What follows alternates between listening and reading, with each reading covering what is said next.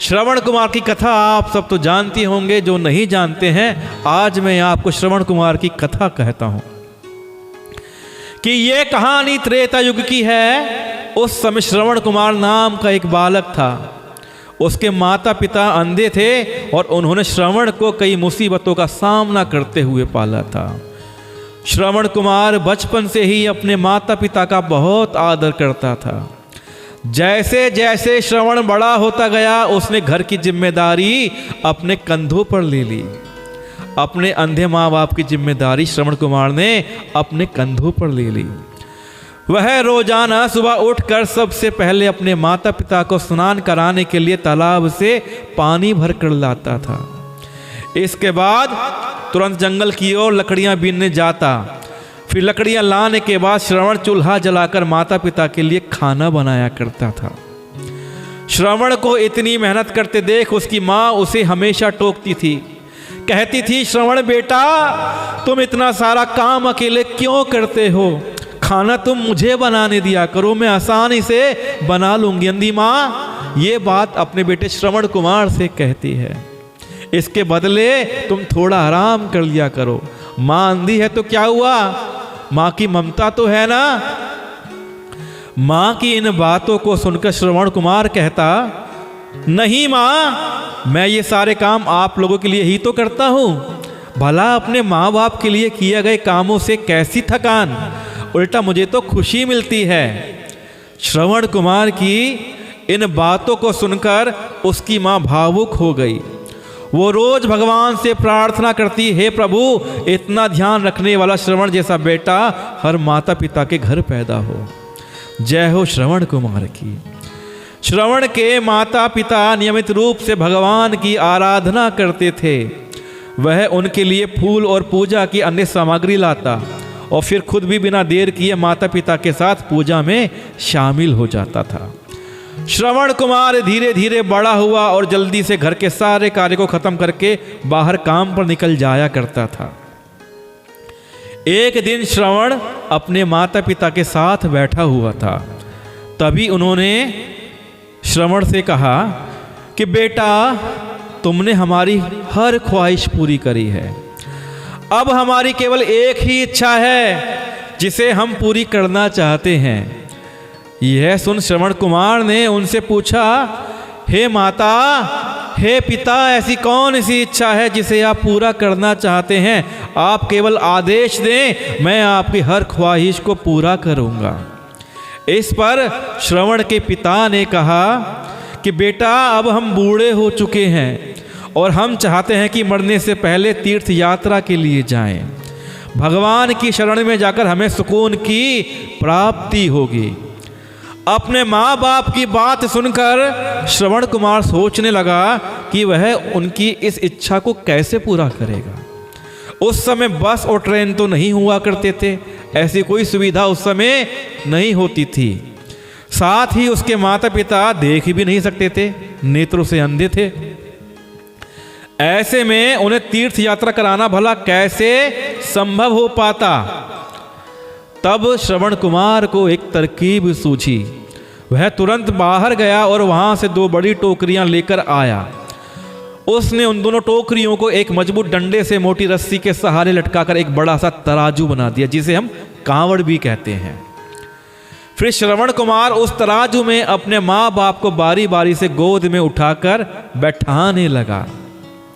उसके बाद तराजू को अपने कंधों पर लेकर उन्हें तीर्थ यात्रा पर श्रवण कुमार निकल पड़ा। कहिए श्रवण कुमार की जय हो। वह लगातार कुछ दिनों तक अपने माता पिता को एक के बाद एक सभी पवित्र स्थानों पर घुमाने लगा। इस दौरान श्रवण कुमार ने अपने माता पिता को प्रयाग से लेकर काशी तक के दर्शन करा दिए। धन्य हो ऐसे श्रवण कुमार की। माता पिता को घुमाते समय श्रवण कुमार ने उन्हें उन जगहों के बारे में ही बताते हुए चलता था, क्योंकि आंखों से उस दृश्य को वो देख नहीं सकते थे, तो ऐसे उनकी आंखें श्रवण कुमार बन जाया करता था। अपने बेटे की मेहनत देखकर उसके माता पिता बहुत ही खुश होते थे, बहुत ही प्रसन्न होते थे माता पिता।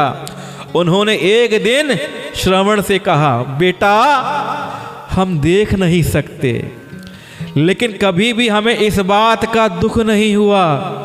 तुम हमारे लिए हमारी आंखें हो। तुमने हमें जिस तरह से सारे पवित्र स्थानों की कथा सुनाकर उनके दर्शन कराए हैं, ऐसा लगता है कि हमने सच में प्रभु के दर्शन अपनी आंखों से कर लिए हो। अपनी माता पिता की बातें सुनकर श्रवण कुमार ने कहा, अरे आप लोग ऐसी बातें ना करें। बच्चों के लिए माता पिता कभी भी बोझ नहीं होते, यह तो बच्चों का धर्म होता है। और एक दिन श्रवण कुमार आराम करने के लिए अयोध्या के पास अपने माता पिता के साथ रुका। तभी उसकी मां ने पानी पीने की इच्छा जताई। श्रवण को पास में ही एक नदी दिखाई दी। उसने अपने माता पिता से कहा, आप दोनों यहां आराम करें, मैं आप लोगों के लिए अभी पानी लेकर आता हूं। नदी के पास पहुंचकर श्रवण कुमार कमंडल में पानी भरने लगा। उसी जंगल में अयोध्या के राजा दशरथ भी शिकार के लिए पहुंचे हुए थे। और राजा दशरथ शब्द भेदी बाण चलाया करते थे। शब्द भेदी बाण क्या होता है कि आवाज को सुनकर बाण चला दिया जाए और शिकार हो जाए और अपने लक्ष्य पर बाण लग जाए। तो राजा दशरथ के बाद ये कुशलता थी कि वो शब्द भेदी बाण चलाया करते थे। जहाँ से शब्द आता है वहीं पे वो हमला करते थे और लक्ष्य पे अपने बाण लग जाया करता था। पानी में हलचल की आवाज सुनकर उन्हें लगा कि कोई जानवर पानी पीने आया हुआ है। उन्होंने बिना देखे केवल ध्वनि सुनकर अपना शब्द भेदी तीर चला दिया। दुर्भाग्य से सीधे श्रवण कुमार को लग गया और तीर लगते ही वह चीख पड़ा। इसके बाद राजा दशरथ जब अपने शिकार को देखने पहुंचे तो वहां श्रवण कुमार घायल पड़ा हुआ था। वो तुरंत श्रवण कुमार के नजदीक पहुंचे और कहा, अरे मुझसे बड़ी भूल हो गई, मुझसे बड़ी भूल हो गई, मुझसे बड़ा पाप हो गया, मुझे माफ कर दीजिए। मुझे बिल्कुल नहीं पता था कि यहाँ कोई मानव होगा। मैं इस गलती का पश्चाताप करने के लिए क्या करूं कि तुम मुझे माफ कर दो। हे मनुष्य, तुम कौन हो मैं जानता नहीं हूं, लेकिन मैंने गलती से तुमको मार दिया है। अब मुझे बताओ कि ये पाप मुझसे कैसे हटेगा। मैं आपसे माफी मांगना चाहता हूं। तभी कराहते हुए श्रवण कुमार ने कहा कि यहाँ से थोड़ी ही दूर मेरी जंगल में मेरे माता पिता हैं। उन्हें काफी प्यास लगी है, बहुत प्यासे हैं मेरे माता पिता।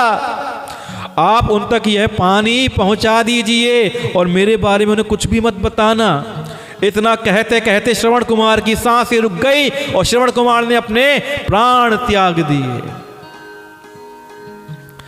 श्रवण कुमार की मौत से राजा दशरथ सुन्न पड़ गए। किसी तरह वो श्रवण कुमार के बताए अनुसार जल लेकर उसके माता पिता के पास पहुंचे। श्रवण के माता पिता अपने बेटे की आहट को बखूबी पहचानते थे।